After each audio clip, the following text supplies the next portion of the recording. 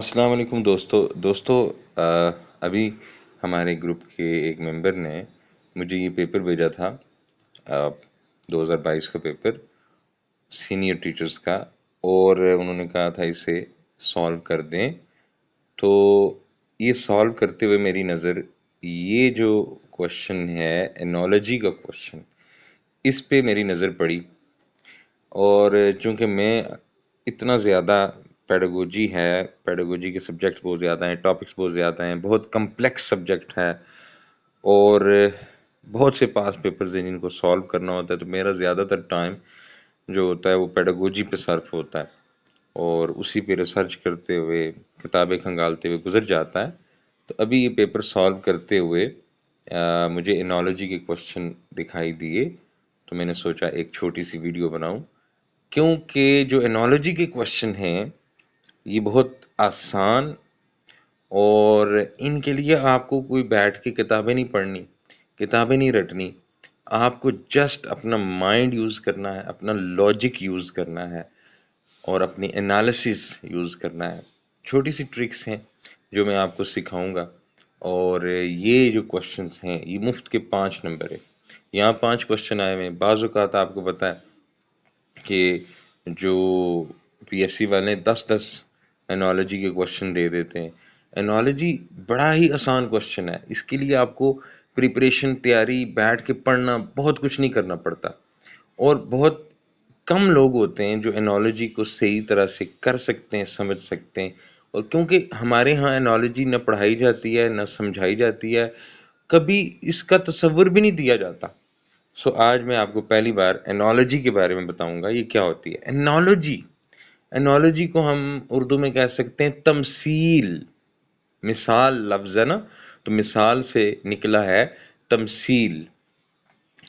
तो अ, अक्सर आपने देखा होगा कि आप कोई कॉन्सेप्ट बयान कर रहे हैं, कोई मुश्किल पेचीदा कंसेप्ट आप बयान कर रहे हैं, और दूसरे को बात समझ नहीं आ रही। वो चीज़ बहुत मुश्किल है, आप समझाने की कोशिश कर रहे हैं, लेकिन दूसरे बंदे को आपकी बात, वो कंसेप्ट, वो समझ नहीं आ रहा। तो आप क्या करते हैं, आप उस कंसेप्ट से मिलती जुलती कोई मिसाल, डेली लाइफ से आसान सी मिसाल आप देते हैं। ठीक है जी। जैसे आपसे एक बच्चा पूछता है कि पौधा बड़ा कैसे होता है। ठीक है, अब ये एक क्वेश्चन है कि पौधा बड़ा कैसे होता है। तो आप उसको कहते हैं कि देखो, पौधा बिल्कुल वैसे ही बड़ा होता है जैसे आप इतने से थे, अब आप इतने हो गए। ये वैसे मैंने मिसाल दी, मैं इससे कम्प्लेक्स भी मिसालें दे सकता हूँ। ठीक है जी। तो आप कम्प्लेक्स चीज़ को समझाने के लिए कभी कभार उससे मिलती जुलती आसान सी मिसाल देते हैं कि भाई देखो, जिस तरह ये है बिल्कुल वैसे ही वो कंसेप्ट है। मिसाल के तौर पर मैं बच्चों को पढ़ा रहा हूँ एटम के बारे में। ठीक है जी। और मैं बच्चों को बताता हूँ कि एटम के दरमियान में न्यूक्लियस होता है, और इलेक्ट्रॉन उस न्यूक्लियस के गिर्द घूमते हैं। इलेक्ट्रॉन न्यूक्लियस के गिर्द चक्कर लगाते हैं। अब बच्चों को ये समझ नहीं आ रही कि ये कैसे होता है, नहीं समझ आ रही कि एटम के दरमियान में न्यूक्लियस होता है और इलेक्ट्रॉन न्यूक्लियस के गिर्द चक्कर लगाते हैं, नहीं समझ आ रही बच्चों को। तो मैं उनको एक आसान एग्जाम्पल देता हूँ जो उन्होंने देखी हो, और मैं कहता हूँ आपने सोलर सिस्टम देखा है, सोलर सिस्टम की तस्वीर देखी है। तो बच्चे कहेंगे हाँ, हमने निज़ाम शमसी को देखा है। तो आप बताएंगे निज़ाम शमसी के दरमियान में क्या होता है। बच्चे कहेंगे सूरज। तो आप कहेंगे निज़ाम शमसी के दरमियान में सूरज होता है। इसी तरह एटम के दरमियान में भी सूरज की तरह एक हिस्सा होता है जिसको न्यूक्लियस कहते हैं। ठीक है, सिर्फ नाम अलग हो गया, न्यूक्लियस। निज़ाम शमसी में दरमियान में सूरज, और एटम के दरमियान में न्यूक्लियस। फिर आप बच्चों से कहेंगे निज़ाम शमसी में सूरज के गिर्द सैयारे क्या करते हैं, घूमते हैं, दायरों में सैयारे घूमते हैं, सूरज के गिर्द ज़मीन, अतारद, मरकरी और ये सारे सियारे जो हैं, वीनस, प्लूटो, सारे घूमते हैं। तो बच्चे कहेंगे हाँ। तो आप बताएंगे बिल्कुल ऐसे ही, बिल्कुल ऐसे ही न्यूक्लियस के गिर्द इलेक्ट्रॉन भी सैयारों की तरह घूमते हैं, घूमते हैं, घूमते हैं, दायरों में चक्कर लगाते हैं। तो देखें, एटम को समझाने के लिए, एटम को समझाने के लिए उसी से मिलती जुलती एनालॉजी, उसी से मिलती जुलती तमसील, उसी से मिलती जुलती मिसाल आपने बच्चों को दी। ठीक है जी, ये एक मैंने मिसाल आपको दी। ठीक है, मैंने भी मिसाल आपको दी। तो एनालॉजी का मतलब है दो बज़ाहिर मुख्तलिफ चीज़ें नज़र आ रही हैं, दो चीज़ें मुख्तलिफ दिखाई दे रही हैं, उनमें मुमासलत तलाश कर लेना, मुमासलत, कोई सिमिलैरिटी तलाश कर लेना, ये होता है एनालॉजी। तो खैर ये कंसेप्ट काफ़ी लंबा हो जाएगा, मिसालें तो बहुत सी हैं। ठीक है, मैं अपने लेक्चर में भी कोई मुश्किल बात होती है तो मैं उसको समझाने के लिए, आपको याद होगा कि टेस्ट की रिलायबिलिटी को समझाने के लिए मैंने एक एग्जांपल दी थी कि डॉलेंस रिलायबल है। ठीक है, ये एक वक्फा चलता है ना, हमारे यहाँ ऐड चलता है, डॉलेंस रिलायबल है। खैर, तो वहाँ देखें मैंने रिलायबिलिटी ऑफ अ टेस्ट, एक टेस्ट की रिलायबिलिटी को समझाने के लिए आपको एक डॉलेंस कंपनी के रेफ्रिजरेटर की एग्जांपल दी थी। ठीक है, आपको याद होगी। चलें, पुरानी बात हो गई। तो एनालॉजी को सॉल्व करते हैं। सबसे की, मैं आपको बताऊं, एनालॉजी को सॉल्व करने की जो की है वो मैं आपको बताने वाला हूँ। वो की ये क्वेश्चन होता है, ये 31 क्वेश्चन को देखें, मेरे पास अभी वो जो है वो पॉइंटर भी नहीं है और कुछ भी नहीं है इसमें। मेसन इज टू वॉल, इसको कैसे पढ़ेंगे? Mason is to wall. ये की है, ये चाबी है, ये चाबी है, इस चाबी को इस्तेमाल करें। मेसन इज टू वॉल, ये चाबी है, इसको इस्तेमाल करें और आप जैसे ही सोचेंगे इसके ऊपर, ये क्वेश्चन हल हो जाएगा, एक नंबर आपको आराम से मिल जाएगा और एक एक नंबर अहम है। ठीक है जी। तो मेसन इज टू वॉल, सबसे पहला काम, मेसन में और वॉल में ताल्लुक मालूम करें। मेसन कहते हैं मिस्त्री को, मेसन कहते हैं मिस्त्री या मेमार, कंस्ट्रक्शन का काम करने वाला, और वॉल कहते हैं दीवार को। अब मुझे बताएं, मेसन और मिस्त्री, सॉरी, मेसन और वॉल में क्या रिलेशन है? कि मेसन वॉल को बिल्ड करता है, कंस्ट्रक्ट करता है, तामीर करता है, क्रिएट करता है, बनाता है। ये ताल्लुक है मेसन में और वॉल में। ठीक है जी। अब यही ताल्लुक, सेम यही ताल्लुक नीचे जो पेयर ऑफ वर्ड्स दिए हुए इनमें आपने मालूम करना है। तो चलते हैं, आर्टिस्ट इज टू इजल। जो आर्टिस्ट होता है वो इजल जो है, आर्टिस्ट और इजल का ताल्लुक पहले मैं बता दूं। आर्टिस्ट तस्वीरें बनाता है, मुसव्वरी करता है, खाके बनाता है, स्केच बनाता है। ठीक है। और इजल क्या चीज है? आर्टिस्ट के सामने एक स्टैंड पड़ा होता है, स्टैंड, लकड़ी का स्टैंड, जिसके ऊपर वो कागज रख के पेंटिंग करता है। तो आर्टिस्ट इजल बनाता है क्या? आर्टिस्ट क्या अपना स्टैंड बनाता है? नहीं, आर्टिस्ट तस्वीरें बनाता है, आर्टिस्ट इजल नहीं बनाता। सो यहाँ पे ये ताल्लुक मौजूद नहीं है। जैसे मिस्त्री दीवार बनाता है, आर्टिस्ट इजल नहीं बनाता। फिशरमैन ट्राउट, जो मछेरा होता है, वो ट्राउट मछली को पकड़ता है, ट्राउट मछली को बनाता तो नहीं है ना। चलें, आथर इज टू बुक, जो राइटर होता है, आथर होता है, मुसन्निफ होता है, मुअल्लिफ होता है, वो क्या करता है? वो किताब की तालीफ करता है, किताब को लिखता है, किताब को तख्लीक करता है, किताब को बनाता है, किताब को कंस्ट्रक्ट करता है। तो देखा आपने, जो ताल्लुक मेसन और वॉल में है, बिल्कुल वही ताल्लुक आथर और बुक में है।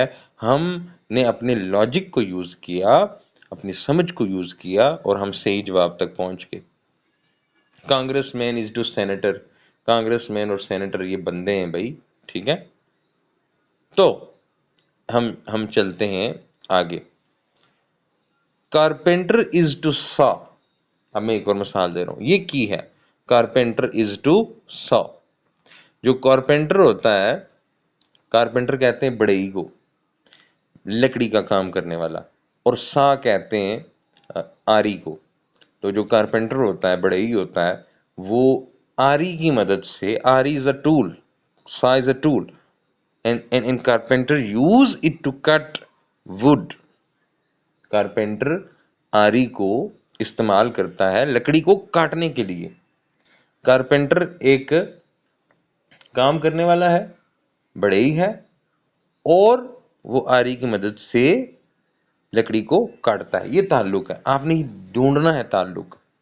तो stenographer is to typewriter, stenographer typewriter का इस्तेमाल करता है, बिल्कुल सही है। लेकिन स्टेनोग्राफर टाइपराइटर की मदद से किसी चीज को काटता है? नहीं काटता। जिस तरह बढ़ई आरी की मदद से काटता है, स्टेनोग्राफर टाइपराइटर की मदद से काटता नहीं है।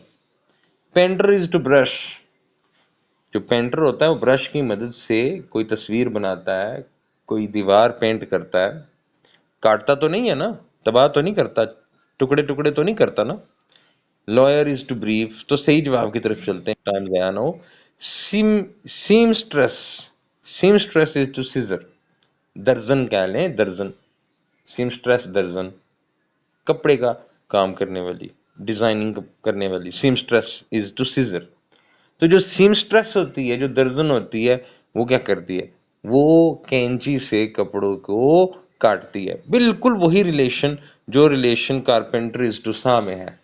जिस तरह बढ़ई अपने औजार आरी की मदद से लकड़ी को काटता है, इसी तरह एक दर्जन अपने औजार कैंची की मदद से कपड़े को काटती है।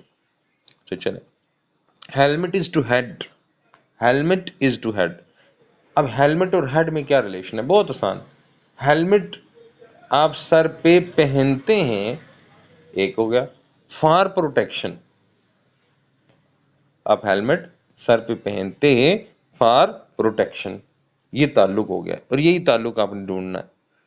पैडल इज टू फुट, देखें जो पैडल होता है, साइकिल का पैडल, उससे आप साइकिल चलाते हैं, पाँव की मदद से पैडल को चलाते हैं, लेकिन पैडल पहनते नहीं है, पैडल प्रोटेक्शन के लिए नहीं होते। जिस तरह हेलमेट सर की प्रोटेक्शन करता है, पैडल आपके पाँव की प्रोटेक्शन तो नहीं करता। Gun is to hand, gun आप हाथ में पकड़ के चलाते हैं, लेकिन गन हाथ पे पहनते नहीं है। एक तो हाथ में पहनने की चीज नहीं है, दूसरा गन आपके हाथ की हिफाजत तो नहीं करती ना। इसी तरह breast plate is to chest, ये जवाब है सही। ब्रेस्ट प्लेट क्या होती है? देखें, आपने वो देखे होंगे तारीखी ड्रामे, आजकल बहुत चलते रहे हैं पिछले अरसे में, वो अर्तुगरुल गाजी और जो हैं अर्तुगरुल गाजी और उस्मान बे, और पता नहीं वो कौन कौन से वो बनते हैं ड्रामे आजकल, और अवाम हमारी उनको बड़ा पसंद करती है। तो उसमें जो जंगजू होता है, वो जंगजू अपने सीने के ऊपर एक प्लेट, लोहे की प्लेट पहनता है, उसको कहते हैं ब्रेस्ट प्लेट। और वो अपने सीने पे क्यों पहनता है, अपने चेस्ट पे क्यों पहनता है? प्रोटेक्शन के लिए। तो जिस तरह आप हेलमेट अपने सर पे प्रोटेक्शन के लिए पहनते हैं, सेम एक जंगजू सीने के ऊपर एक लोहे की बनी हुई प्लेट पहनता है, अपने सीने को छलनी होने से बचाने के लिए। चलें, फिर उसके बाद देखें जी, सीमेंट इज टू ट्रबल, थोड़ी सी वोकैबुलरी भी अच्छी होनी चाहिए आपकी। Cement is to trowel, cement एक मटेरियल है, और ट्रॉवल एक औजार। ट्रॉवल को हम कहते हैं, पहाड़ी में हम कहते हैं करंडी। आपने देखा होगा मिस्त्री जो होते हैं, उनके पास एक लोहे की करंडी होती है, जिसकी मदद से वो सीमेंट उठाते हैं और दीवार के ऊपर सीमेंट को लगाते हैं। छोटा सा औजार होता है उनके हाथ में, हैंडल होता है उसका, और आगे लोहे की ब्लेड लगा होता है छोटा सा। तो जैसे चम्मच नहीं होता, कड़छी होती है, बिल्कुल कड़छी जैसे उठाती है और चीज़ों को पलटती है, इसी तरह वो करंडी जिसे कहते हैं, करंडी की मदद से पता नहीं और भी कुछ कहते होंगे, करंडी की मदद से सीमेंट को उठाते हैं, दीवार पे लगाते हैं। तो सीमेंट मटेरियल है, और ट्रॉवल करंडी, उसके ज़रिए सीमेंट को लगाया जाता है, अप्लाई किया जाता है। लॉन इज टू रेक, ठीक है जी। लॉन जो है वो कोई मटेरियल तो नहीं है, पहली बात।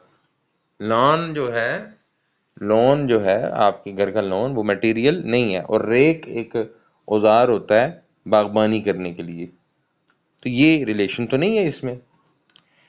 कॉन्फ्लैग्रेशन इज टू मैच, ठीक है।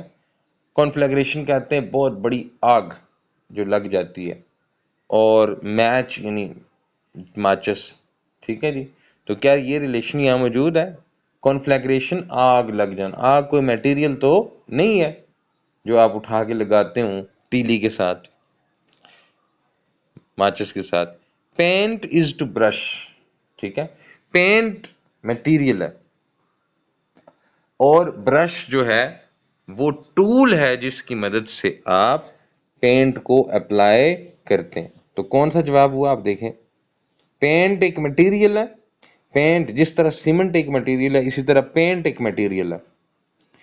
और पेंट को आप ब्रश के जरिए लगाते हैं, अप्लाई करते हैं, जिस तरह आप सीमेंट को करंडी के साथ दीवार पे लगाते हैं। तो ये इसका सही जवाब हो गया। चलें, फिर विस्पर इज टू स्पीक, ये आखिरी एग्जांपल है। विस्पर इज टू स्पीक, तो विस्पर यानी सरगोशी, और स्पीक यानी बाकायदा बात करना। ये यहाँ पे ताल्लुक क्या है इन दोनों में? इंटेंसिटी का, शिद्दत का। विस्पर यानी सरगोशी में शिद्दत बहुत कम होती है, और स्पीक बात करना, बात करने में आवाज की शिद्दत ज्यादा होती है, ठीक है जी। तो विस्पर माइल्ड है और स्पीक इंटेंस है। तो अब हम देखेंगे ये रिलेशन किस में है। तो यहाँ जरा रिलेशन देखें ना, चेंज हुआ। Brush is to touch, brush जो है ये सही जवाब है, मैं आपको बता रहा हूँ। ब्रश जो होता है, पेंटर के हाथ में जो ब्रश होता है, एक आर्टिस्ट के हाथ में जो ब्रश होता है, वो ब्रश की मदद से हल्के हल्के स्ट्रोक्स लगाता है, हल्के हल्के स्ट्रोक्स। और टच कहते हैं छूना। तो ब्रश में, ब्रश यूज करते वक्त इंटेंसिटी कम होती है, जबकि टच जब आप करते हैं तो इंटेंसिटी ज्यादा होती है। ब्रश यूज करते वक्त आप बहुत एहतियात करते हैं, एक आर्टिस्ट, एक पेंटर एहतियात करता है। एहतियात जिस तरह सरगोशी करते वक्त आप बड़ी एहतियात करते हैं कोई सुन ना ले, ठीक है। और टच करते वक्त आप एहतियात नहीं करते, ठीक है। तो ये इसका सही जवाब है। बाकी skip is to walk, skip क्या? स्किप यानी उछल उछल कर, जोर जोर से, खुश खुश होके जब हम चलते हैं ना, नाचते गाते हुए चलना। और वॉक, वॉक यानी आराम आराम से चलना। तो ये उल्टा हो गया ना, यहाँ पे देखें ना, एक एक स्किप पहले आ गया, ये स्किप जो है पहले आ गया। ये स्किप में इंटेंसिटी होती है, वॉक में उतनी इंटेंसिटी नहीं होती। जबकि यहाँ क्या है, विस्पर पहले है जो माइल्ड है, और स्पीक बाद में है जो इंटेंस है, ठीक है जी। लिसन और हियर, ठीक है, ये एक जो है लिसन और हियर, ये इनमें भी वो रिलेशन मौजूद नहीं है, तो इन्हें ज़्यादा सोचने की ज़रूरत नहीं है। एक्सप्लेन में कर सकता हूँ लेकिन वीडियो काफ़ी लंबी हो गई है। तो ये मैं ये एनोलॉजी के क्वेश्चन, ये देखें, ये बहुत ही आसान है। इनके लिए सबसे अहम चीज़ होती है जो मैंने आपको बताई है, कि वो रिलेशन मालूम करना, जो आपको स्टेटमेंट दी हुई है उसमें रिलेशन मालूम करना, और वही रिलेशन नीचे जाके आपने ढूंढना है, बस इतना काम है। तो थोड़ी सी प्रैक्टिस चाहिए होती है। मैंने बहुत अर्सा पहले इन चीज़ों की बहुत प्रैक्टिस की है। मुझे शौक था इंटरनेट पे जाके ना आईक्यू टेस्ट देने का। तो आईक्यू टेस्ट के ज़रिए आपकी ज़हानत चेक होती है, पहले शौक होता था बहुत पहले। तो इंटरनेट पे ऐसी बहुत सी वेबसाइट होती थी जहाँ पे वो आपका आईक्यू चेक करते थे, वर्बल, नॉन वर्बल, और इंग्लिश के भी बहुत से टेस्ट में देता रहता था। तो उस दौर में मैंने एनोलॉजी की बड़ी प्रैक्टिस की। तो आप भी प्रैक्टिस करें, एक दो दिन में आपकी एनोलॉजी बेहतर हो जाएगी। इसको रट्टा मारने का फ़ायदा कोई नहीं है, ये याद हो ही नहीं सकती, ये लॉजिकल काम है। तो मैं उम्मीद करता हूँ इस वीडियो से आपको कम से कम ये 5 नंबर का पोर्शन आपका इंग्लिश का बहुत अच्छा हो जाएगा। बहुत शुक्रिया आप सबका।